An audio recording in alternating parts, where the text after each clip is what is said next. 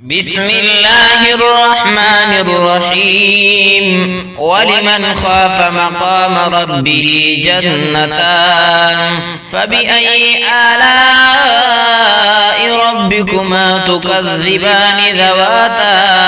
أفنان فبأي آلاء ربكما تكذبان فيهما عينان تجريان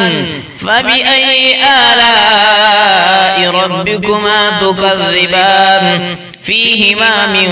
كل فاكهة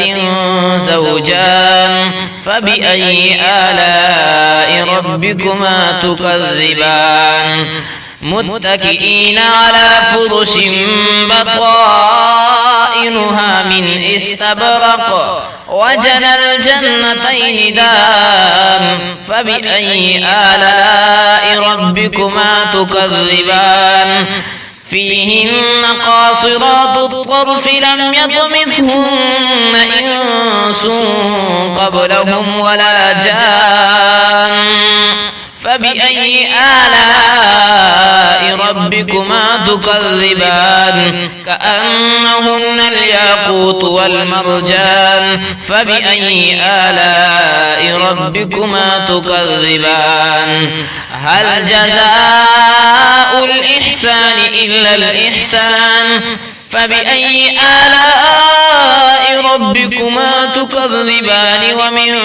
دونهما جنتان فبأي آلاء ربكما تكذبان مدهامتان فبأي آلاء ربكما تكذبان فيهما عينان نضاختان فبأي آلاء ربكما تكذبان فيهما فاكهة ونخل ورمان فبأي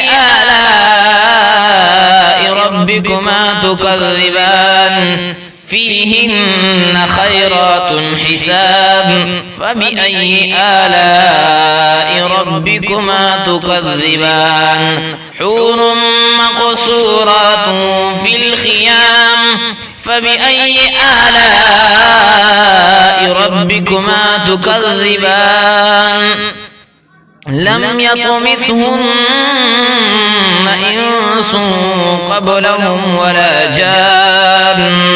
فبأي آلاء ربكما تكذبان متكئين على رفرف خضر وعبقري حسان فبأي آلاء ربكما تكذبان تبارك اسم ربك ذي الجلال والإكرام صدق الله العظيم.